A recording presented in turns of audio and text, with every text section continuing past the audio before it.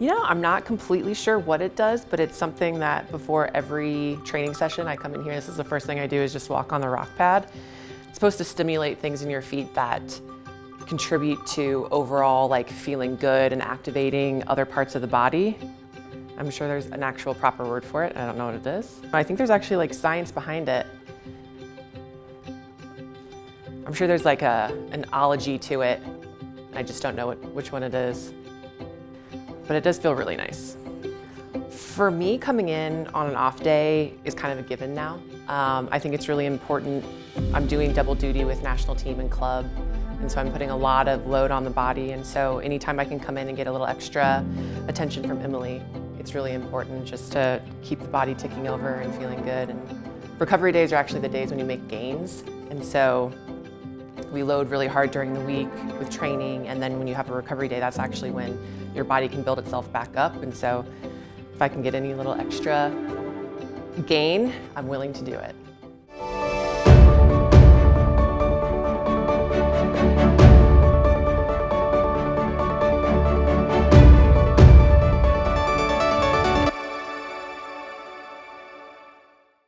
Which table? What are we doing? Feet and post tib, if that's okay. They're feeling okay. They're a little, I would say just like a little cranky. Cranky up here. Yeah. And then that same spot over here is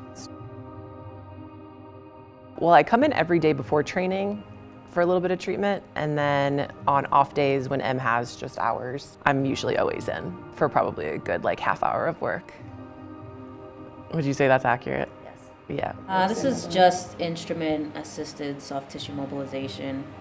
So with Becky, the way she's just structured a little bit, she puts a lot of stress on the medial musculature, so they get overworked.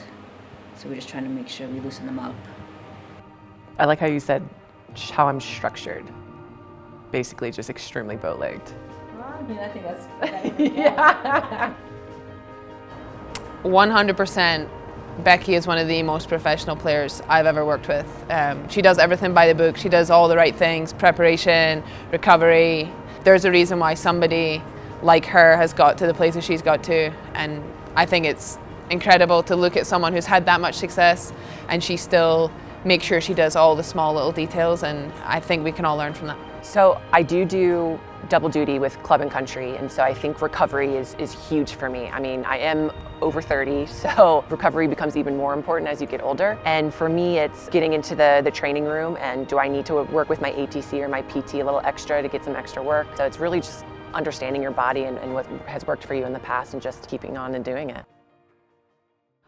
Well, if it's an off day, I usually go grab my second coffee of the day, and then just chill out. Luckily today the Champions League is on, so I'm gonna grab a coffee, go back to the apartment, and watch more soccer. Just can't get away from it. Yeah, so after we came back from 2015, we had won the World Cup. A part of our narrative became that the prize money that we received was so much less than what the German national team, the men's team, had gotten for winning the year before. And that's what we've been doing for the last few years now, is really fighting for equal pay. And it's been a long, tough road. We're actually filed a lawsuit against the Federation. In society right now, it's a big thing, it's a big story, and we're just one voice, and we're hoping to do our part and, you know, make it as public a fight as possible because we think it's important.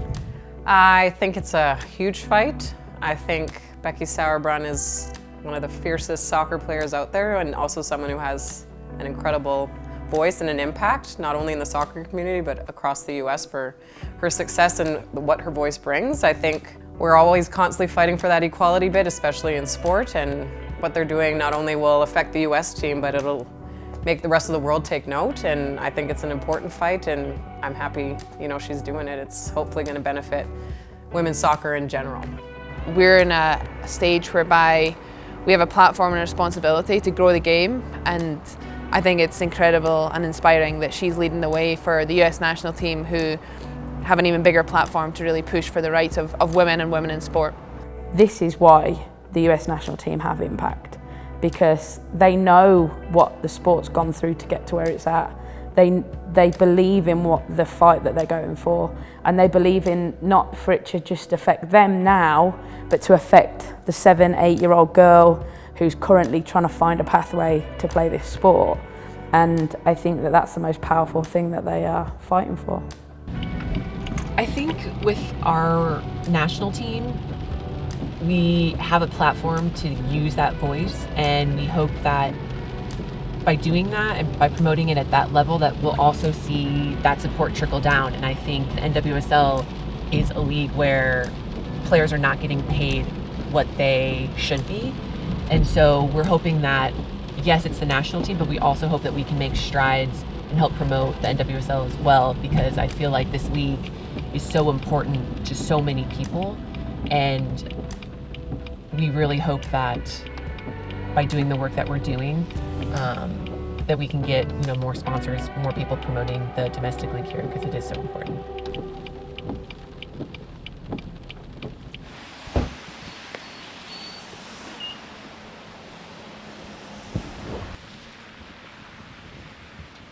I'm usually like a grab and go type of person. I like to enjoy my coffee over like several hours of the day.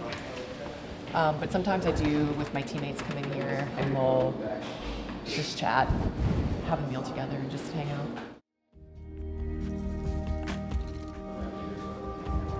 Oh, it's okay. I am introverted by nature. I get my energy from being away from people. And so that's kind of hard when you're in a team environment and your job is playing on a team.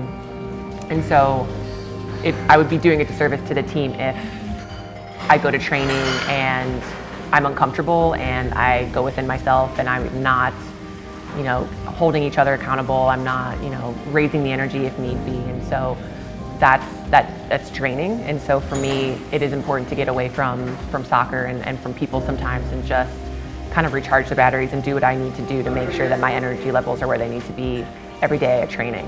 And so I am very happy being by myself, and I know that that's kind of a rare thing to be in the job that I have, but it's just, I love the sport too much, and I love the team, and I just want to be able to give everything that I can.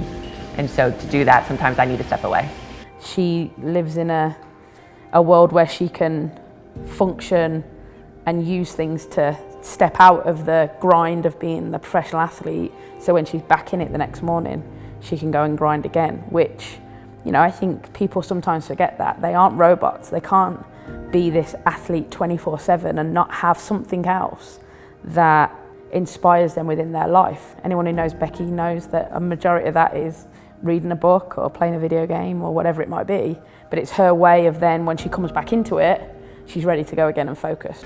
I actually read a book called Quiet, and it really helped me because it was about introversion, and it basically listed all these things that I feel when I'm in a group environment or when I'm asked to be extroverted, and how I feel when I'm asked to be extroverted and what it does to my body.